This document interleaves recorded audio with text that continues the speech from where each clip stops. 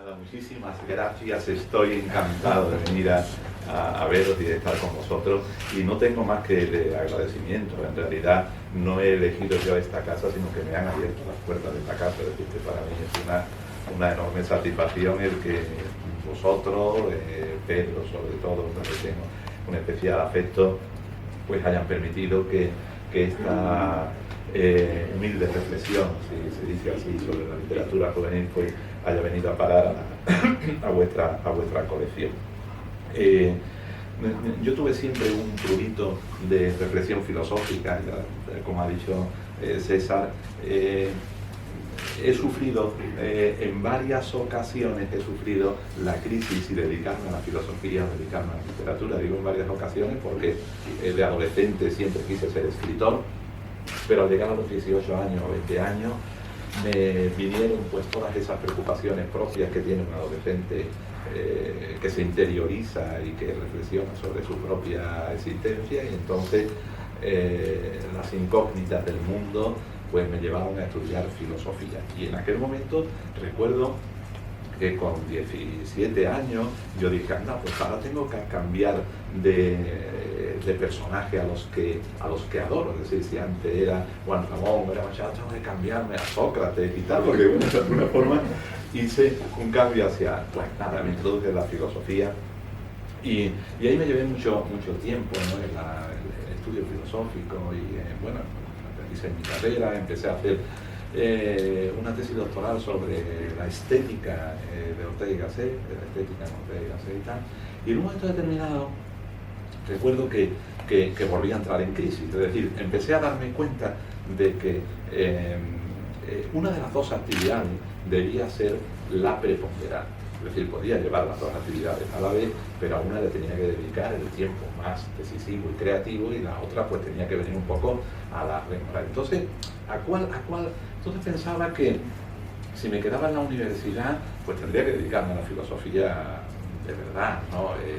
Bueno, que era donde estaba haciendo la tesis. Y vino en mi ayuda, no sé si en mi salvación o en mi condena, un cuento de Augusto Monterroso. Un cuento de Augusto Monterroso que se titula Obras completas. Y en ese cuento cuenta la historia de un joven que quiere ser escritor, pero está metido en un departamento de literatura de la universidad. Entonces, él ha empezado a hacer su tesis, tal y cual, y tiene muchas dudas de si dedicarse a la literatura o dedicarse a la investigación, aunque a él lo que le gustaría de verdad es dedicarse a la literatura, pero bueno, está ahí. Y entonces el catedrático le anima continuamente: es usted muy inteligente y usted debe dedicarse a la investigación. Él lo duda, y un día decide ya por fin decirle al catedrático que va a dejar la universidad y que se va a dedicar a la literatura. Y ese día llega un investigador famoso de Europa, no sé qué, al departamento, y cuando él va a decirle al catedrático que va a abandonar la universidad, el catedrático va y le presenta al gran investigador y le dice: aquí tiene usted a tal y tal, no me acuerdo, mi sustituto en el departamento, el gran investigador. Entonces él acerca la mano, duda si cogerla o no cogerla, y finalmente la coge. Y ya no será escritor. En ese momento, leyendo ese texto, estaba yo en la misma situación. Es decir, recuerdo que tenía muy avanzada la tesis doctoral sobre Ortega y tal. Decía, bueno, me dedico a esto.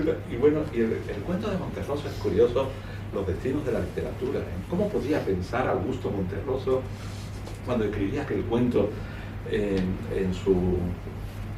¿De dónde es Monterroso? No es eso. Bueno, en su deso natal. Yo creo que Uruguay no, guatemalteco. Bueno, ¿cómo podría pensar que al otro lado del Atlántico una persona iba a leer su cuento, que él lo ponía de forma simbólica sobre algo, y iba a tener ese impacto en su biografía? Bueno, pues, y entonces ya decidí dedicarme a la literatura. Y quizá me quedó el resquemor de hacer un trabajo filosófico, y entonces de ahí que, bueno, pasado el tiempo, volviera un poco a esta reflexión. La oportunidad de esta reflexión surge ante la perplejidad que me produce en un momento determinado. Yo no hago literatura, la literatura juvenil, ya hablaremos esta tarde de que yo hago, no es una literatura referida a fantasmas, a duendes, a muertos vivientes, bueno, hago otra, ¿no? Esa no me interesa como factor creativo. Y entonces mi gran sorpresa es darme cuenta de pronto cómo al entrar en cualquier librería o en cualquier gran almacén, todos los estantes de la literatura juvenil parecen un cementerio viviente. Están llenos de fantasmas, están llenos de zombies, están llenos de duendes, están llenos de ángeles, de demonios que vuelven, que regresan. Es decir, en esos libros además escribo fosforescente, con esas portadas fosforescentes que... Entonces, mi gran perplejidad comienza a producirse al darme cuenta que esas figuras, las figuras de los ángeles, la figura de los demonios, la figura de las almas que regresan, de los seres de ultratumba, de todos aquellos que en una posterior resurrección o en una muerte indefinida, límbica o como queréis llamarle, toda esa figura tiene un origen profundamente religioso. Es decir, no se entiende o no puede entenderse la existencia de un fantasma si no se entiende una vida post-mortem.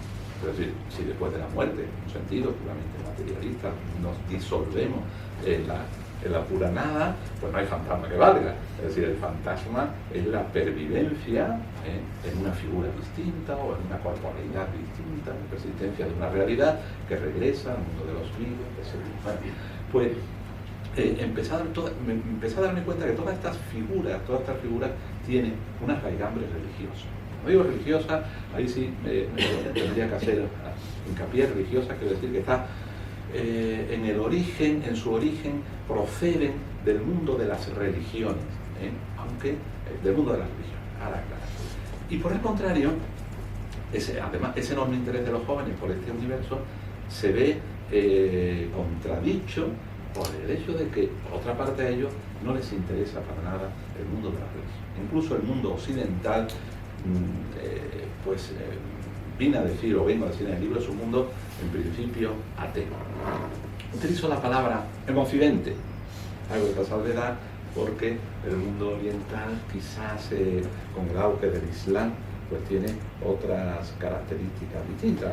Bueno, esa es una de las grandes sorpresas del siglo XX y XXI. Nadie podía esperar, cuando yo era estudiante de la universidad en los años 70, los años 80, bueno, nadie podía esperar que las revoluciones del futuro o los conflictos políticos del futuro no iban a ser el proletariado y el capitalismo, el proletariado sino que iba a ser el mundo del Islam, es decir, el mundo de una religión, entre comillas, o pseudo-religión, y ahí tendríamos que entrar, si eso es fundamentalismo, pues realmente mucha gente musulmana estaría en contra de afirmar que eso es su religión. Bueno, nadie podía pensar eso y por tanto Oriente, el mundo oriental ha vuelto, pero bueno, incluso también Oriente, Japón y todo eso han entrado, el Occidente ha entrado de una manera arrasadora con su mentalidad. Bueno, es un mundo fundamentalmente ateo el mundo occidental. Uso la palabra ateo y no uso la palabra agnóstico porque el agnosticismo es una postura cognoscitiva, es decir, los agnósticos lo que dicen es no tengo razones ni a favor ni en contra para afirmar la existencia de Dios, y me quedo por tanto en una actitud indiferente ante esta realidad porque no hay razones, pero el agnóstico no tiene una negación de la divinidad, por eso utilizo la palabra ateo, que es más fácil de entender. Entonces, claro, mi perplejidad surge para afirmar que en este mundo, ¿por qué esta gente que en su vida diaria, en su cosmovisión diaria, ha prescindido de la divinidad, por qué en cambio tiene esa necesidad de figuras que yo he llamado que están construidas sobre el telar celestial, por utilizar una expresión un poco literaria, ¿no? Es decir, son las novelas, la novela es un telar en el que tú vas forjando una figura, pero ese telar, el telar de los demonios, el telar de los ángeles, el telar de los fantasmas, pertenece al telar del cielo, dicho así, y no puede entenderse si no es en esa estructura. Eso me lleva a decir, a hacer unas afirmaciones que quisiera comentaros algunas, unas afirmaciones sobre que cómo las literaturas que utilizan esto son literaturas que están centradas o tienen una raíz con lo religioso, ¿no? Entonces, bueno, vengo a decir que toda literatura, una serie de puntos que os digo y ya, toda literatura que conciba la existencia de Dios o de dioses, toda literatura que hable de Dios o de dioses, está enmarcada en el pensamiento religioso, sea de ficción o no. Es decir, que supone al menos el conocimiento de esa clave. Es decir, no podemos hablar, en una literatura no puede aparecer Dios si no estamos entendiendo la clave de lo que eso significa.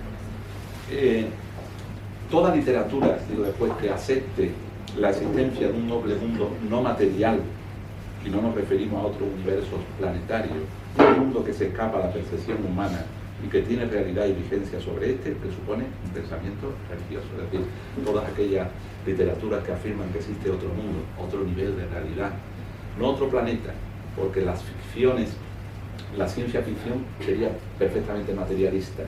No hace falta, es decir, para afirmar la ida a otro, no hace falta, pero las literaturas que afirman la existencia de un mundo, un nivel, otro nivel espiritual distinto, son fundamentalmente religiosos. Entonces voy destacando pues una serie de características de lo que esto significa. Por tanto, el trabajo lo que viene es a mostrar, de alguna manera, a mostrar estos aspectos, estos parámetros que constituyen la literatura de los jóvenes actuales y que a mí me resultan una perplejidad. Voy haciendo una cata que os digo, es decir, primero hablo de la presencia de los ángeles y los demonios en todas estas literaturas.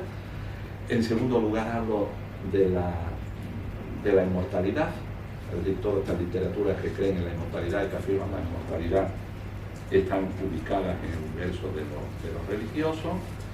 En tercer lugar hablo, y cuando hablo de la inmortalidad pongo una frase de Peter Pan al comienzo que siempre me sorprende. Dice Peter Pan, dice: morir será una gran aventura.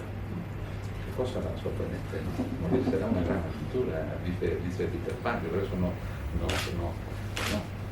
Y a lo mejor es una gran aventura. A lo mejor es una gran aventura. Aunque estáis un poco perplejos. Bueno, es que a lo mejor es el comienzo, de un viaje maravilloso. Evidentemente, quienes no creen en ninguna trascendencia no pueden pensar que morir sea ninguna aventura, ni grande ni pequeña, ¿no? En ese sentido.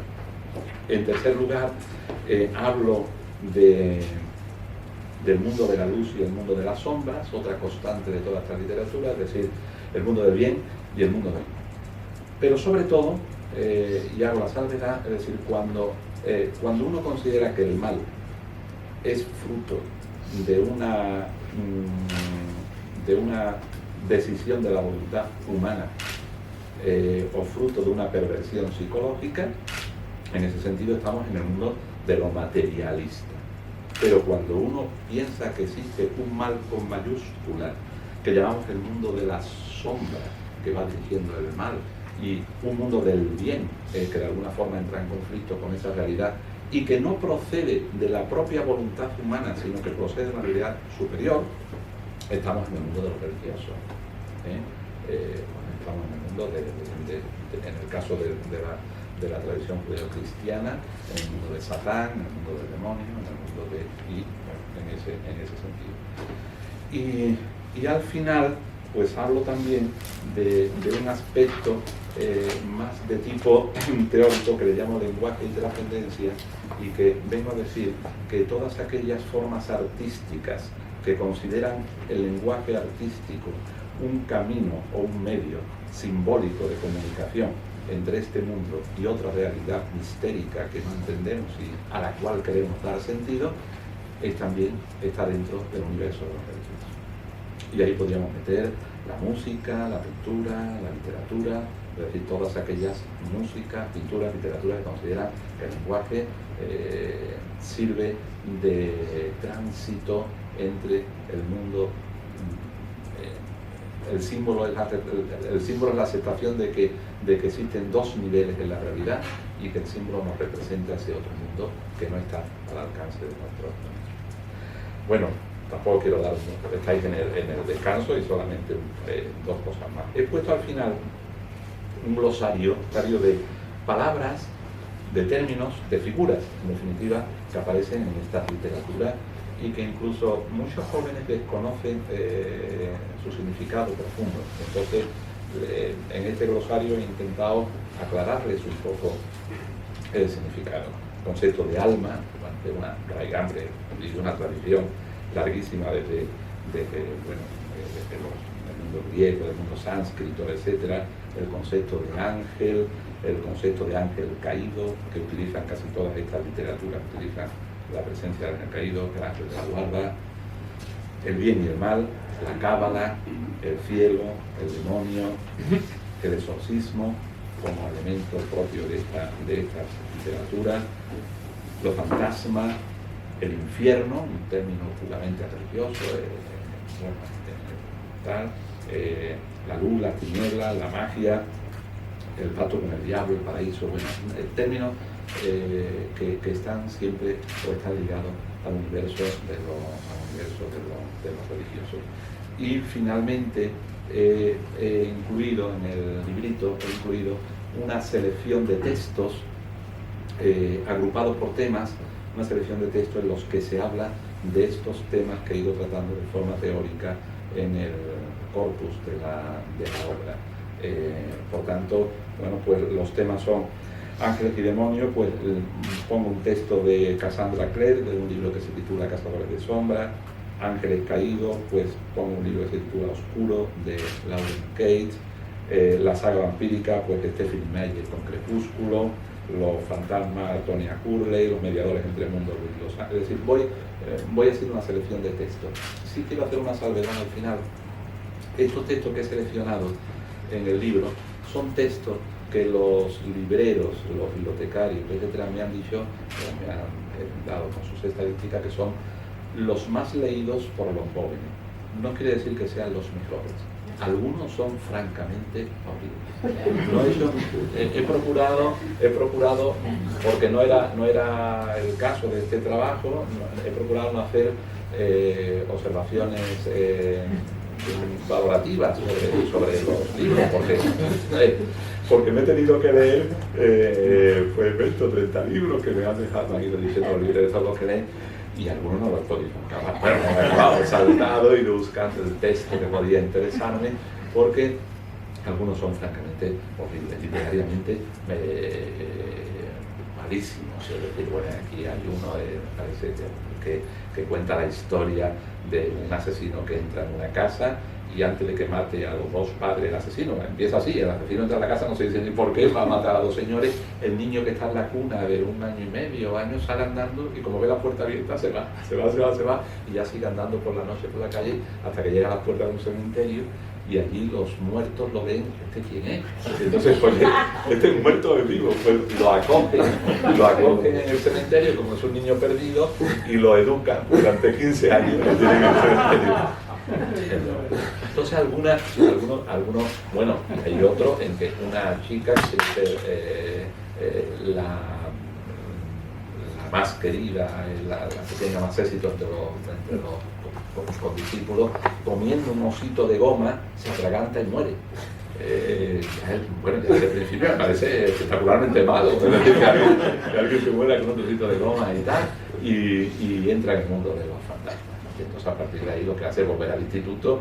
Bueno, por tanto, no entro en la valoración de las obras, si algunas me parecen francamente malas y tal, sino en las que son muy leídas. Es decir, los jóvenes las leen, o un grupo de jóvenes las leen, entonces eso es lo que me ha sorprendido. Entonces, el libro, bueno, pues es eso, es intento de reflejar esa perplejidad, de esa contradicción que me parece existir entre la atracción y tal, e ir mostrando las figuras religiosas, cómo se manifiestan, qué tipos son, etc. No doy una explicación a esa contradicción, la intuyo, pero eso lo dejo para otros investigadores que quieran hacer el estudio. Yo muestro la contradicción. Intuyo que hay una nostalgia, dejo un capitulito final que se titula Nostalgia de lo religioso. Intuyo que hay una nostalgia de lo religioso, es decir,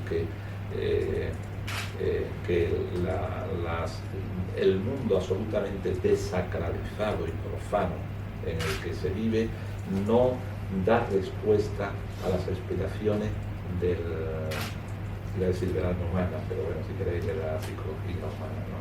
Y eso provoca la necesidad, creo, a veces suelo decir que igual que he dicho que en esta realidad hay una paradoja, en el propio ser humano, eso ya es una concepción mía, en el propio ser humano, yo creo que existe una paradoja, una contradicción entre la visión de la caducidad de nuestra existencia, es decir, de la comprobación de la caducidad de nuestra existencia, de su debilidad, y por otra parte la aspiración de nuestra conciencia a eternizarse o a pervivir.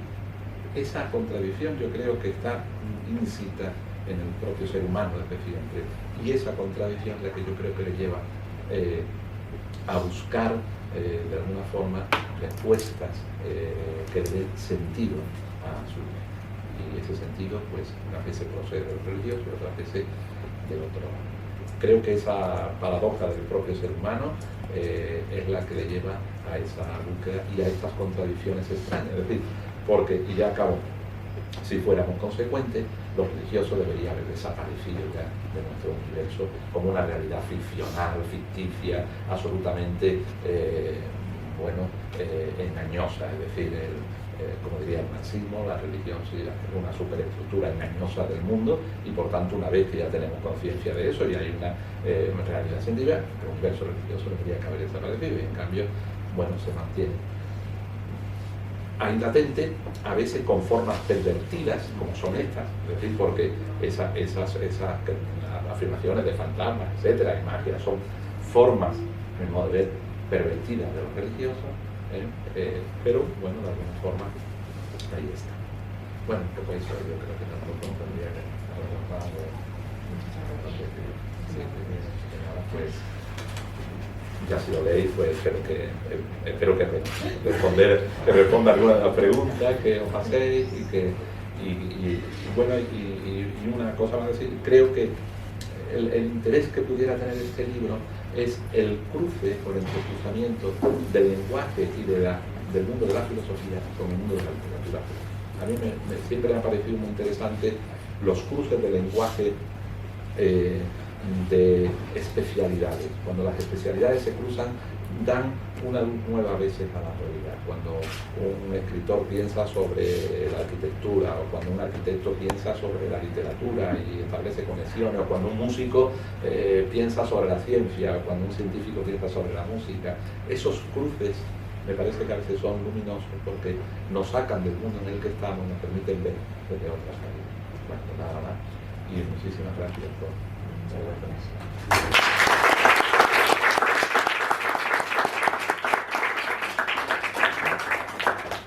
si alguno quiere preguntar algo, hacer un comentario.